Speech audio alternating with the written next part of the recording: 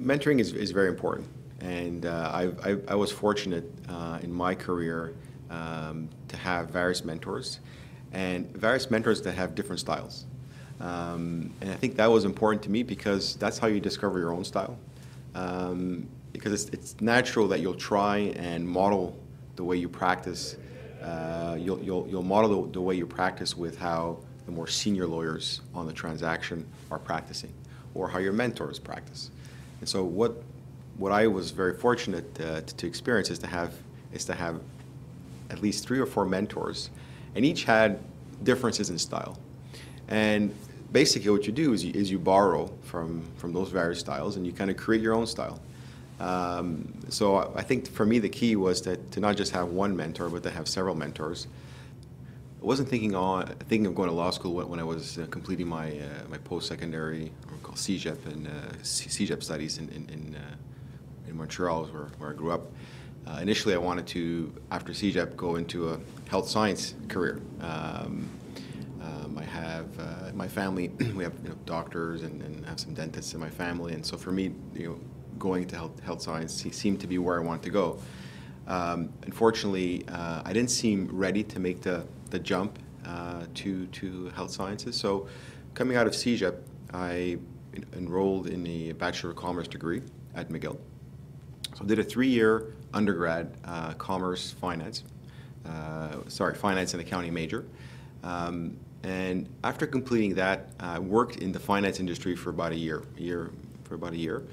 And I felt that there was something more. There was something more that I wanted to learn. It seemed that the interesting work that was being done was the technical work behind the scenes of putting together the corporate financings. And that led me into discovering what lawyers do, and especially lawyers in the corporate finance area. Then I realized that McGill offered a 5-year combined law MBA program. So basically in 5 years you completed your civil law, common law, and also your MBA. So going into McGill Law, I decided, well, that's the route I wanted to go, because I wanted to keep the finance career open. And so I figured adding the MBA to my undergrad in commerce would keep all avenues open. So, however, change of plans in second year of law school, I decided to drop the MBA because, or many reasons. One, I got married, and so I had to join the workforce a little earlier, and so decided to just complete the 4-year program at McGill, which was civil law and common law. So and then started working in second year as a student at Stikeman Elliott, and right away started working in Stikeman's corporate group. And that's when I realized that yes, this is what I want to do, because basically it's corporate finance, but it's all of the behind the scenes.